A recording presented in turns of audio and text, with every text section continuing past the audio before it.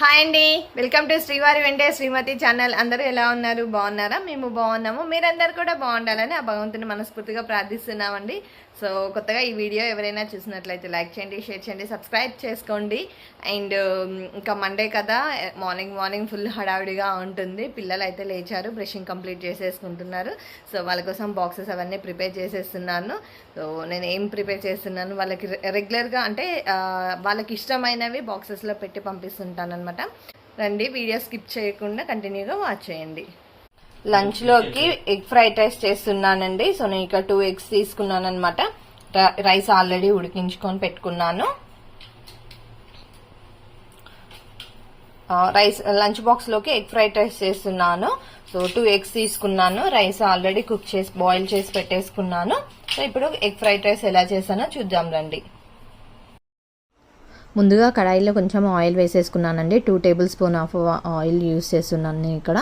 So దాంట్లో ఇప్పుడు ఎగ్స్ని వేసేస్తున్నాను అనమాట. 2 eggs తీసుకున్నాను కదా, సో ఎగ్స్ని బ్రేక్ చేసుకొని వేసేస్తున్నాను.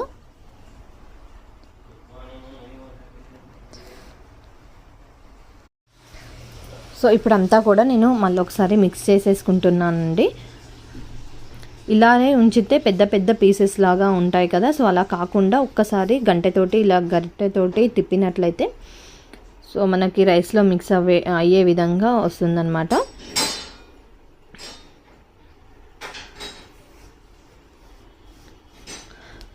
అలాగే ఉంచితే ఏంటంటే మనకు ఆమ్లెట్ లాగా పెద్దగా ఇలా ఉండిపోతుంది. సో అలా కాకుండా రైస్లో మిక్స్ అవ్వాలి కదా, ఎగ్ ఫ్రైడ్ రైస్ కాబట్టి. సో మిక్స్ అయ్యే విధంగా నేను మొత్తం మిక్స్ చేస్తూ ఉన్నాను, గరిటెతోటి కలుపుతూ ఉన్నాను అనమాట. సో ఇలా కొంచెం ఆయిల్లో వేగిన తర్వాత ఎగ్ స్మెల్ అనేది మొత్తం పోయిన తర్వాత 1 by 1 ఇంగ్రీడియంట్స్ యాడ్ చేసుకుంటున్నాను. ఇక్కడ వచ్చేసి కారం యాడ్ చేశాను ఫస్ట్. దాని తర్వాత కొంచెం పచ్చి ధనియాల పొడి యూస్ చేస్తున్నానండి నేను ఇక్కడ. అండ్ రైస్కి దానికి సరిపడంత సాల్ట్ కూడా వేసేసుకుంటున్నాను. సో ఇది ఒకసారి మొత్తం మిక్స్ చేసేసుకున్నట్లయితే ఇలా వచ్చేస్తుంది మనకు, లైక్ ఎగ్ కర్రీ లాగా. సో ఇక్కడ ఏంటి అని అంటే, నేను వేదార్థ వాళ్ళకు ఎలా ఈజీగా తినడంకి ఈజీగా ఉంటుందో అలా చేస్తానన్నమాట. కొంతమంది అయితే మనము పచ్చిమిర్చి ఇంకా క్యారెట్స్, టమాటోస్ ఇవి కూడా కట్ చేసి వేసుకోవచ్చు, మన ఇష్టం అది. సో వీళ్ళకి ఇలా ఇష్టం అనమాట. సో వాళ్ళు ఎలా తింటారో తెలుసు కదా, పిల్లలకి ఇష్టం అయ్యే విధంగా చేస్తే వాళ్ళు లంచ్ బాక్సెస్ అనేవి ఫినిష్ చేస్తారని నేను వాళ్ళకి నచ్చినట్టుగానే చేస్తానండి ఆల్మోస్ట్. సో ఎవరైనా కూడా పేరెంట్స్ అలానే చేస్తూ ఉంటారు. సో ఇక్కడంతా రైస్ అవన్నీ వేసేసుకొని మిక్స్ చేసేసుకుంటున్నాను. రైస్ వేయకముందే నేను ఆనియన్స్ కూడా వేసానండి.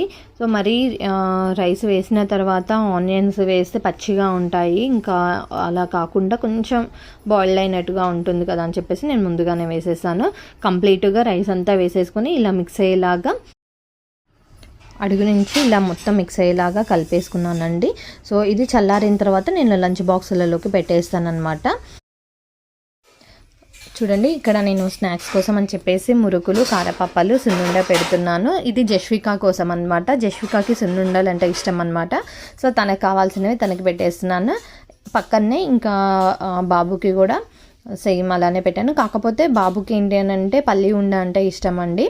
సో అవి తింటాడు. తనకు కావాల్సినవి తనకి పెట్టేసాను అనమాట.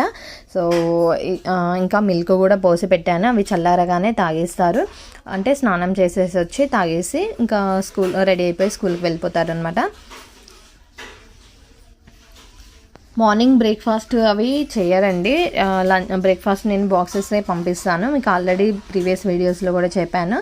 మార్నింగ్ వెళ్ళేటప్పుడు కంపల్సరీగా మిల్క్ తాగి బనానా అవి తినేసి వెళ్తారనమాట.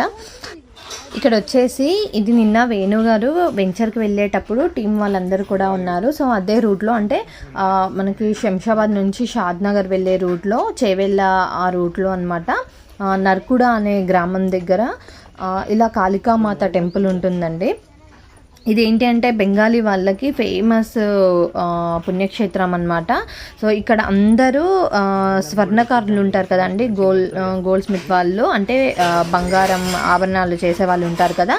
సో వాళ్ళ కమ్యూనిటీకి సంబంధించిన టెంపుల్. బట్ అందరూ వెళ్తారు, ఎక్కడి నుంచి అయినా కూడా ఈ టెంపుల్కి అనేది వస్తారంట. చాలా పురాతనమైనది, చాలా పెద్దగా కూడా ఉందంట అండి.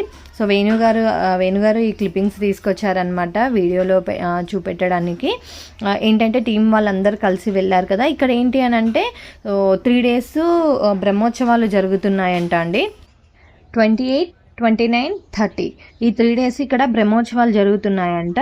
సో ఎవరైనా ఇంట్రెస్ట్ ఉన్న వాళ్ళు ఈ టెంపుల్ విజిట్ చేయండి, చాలా అంటే చాలా బాగుందంట. నమస్తే అండి, అందరూ బాగున్నారా? ఈ రోజు నేను ఇక్కడ శంషాబాద్ కి దగ్గరలో ఉన్న నరకుడ అనే విలేజ్ దగ్గర మనకి స్వామి వివేకానంద కాళికా మాత టెంపుల్ అనేది ఇక్కడ ఉందండి. ఈ రోజు మేము ఈ దారిలో వెళ్తుంటే చెప్తే చూసాము, చాలా అద్భుతంగా ఉంది ఈ టెంపుల్ వచ్చేసి. అసలు ఇక్కడ మనకి వినాయకుడు గాని, తర్వాత శివయ్య గాని, వెంకటేశ్వర స్వామి గాని, కాళికా మాత గాని, శ్రీకృష్ణుడు, ఇలా అన్ని దేవతామూర్తులు ఉన్నారండి ఇక్కడ. చూడడానికి చాలా ప్రశాంతమైన వాతావరణంలో చాలా బాగుంది ఇక్కడ. ఏదైతే 29, 30, 31 ఈ 3 days కూడా ఇక్కడ ఒక మంచి బ్రహ్మోత్సవాలు అనేవి జరుగుతున్నాయి. ఇక్కడ చిన్నజీయర స్వామి గారు కూడా వస్తున్నారండి ఈ టెంపుల్ కి. పాసిబుల్ అయితే మీరందరూ కూడా రావడానికి ట్రై చేయండి. అక్కడ ఆ 3 days మేము కూడా ఇక్కడ ఉంటాము. ఓకే, ఇలాంటి మంచి ఈ 3 days కూడా మేము ఇక్కడ ఉండబోతున్నాం అండి మేము. కాబట్టి మీరు మమ్మల్ని మీట్ అవ్వాలనుకుంటే కూడా రావచ్చు. అదే విధంగా అమ్మవారి బ్లెస్సింగ్స్ అనేటివి మీరు తీసుకొని, ఆ అమ్మవారి ఆశీర్వాదాలు తీసుకొని మీ అందరూ కూడా బాగుండాలని మేము కోరుకుంటున్నాం అండి. Okay, thank you.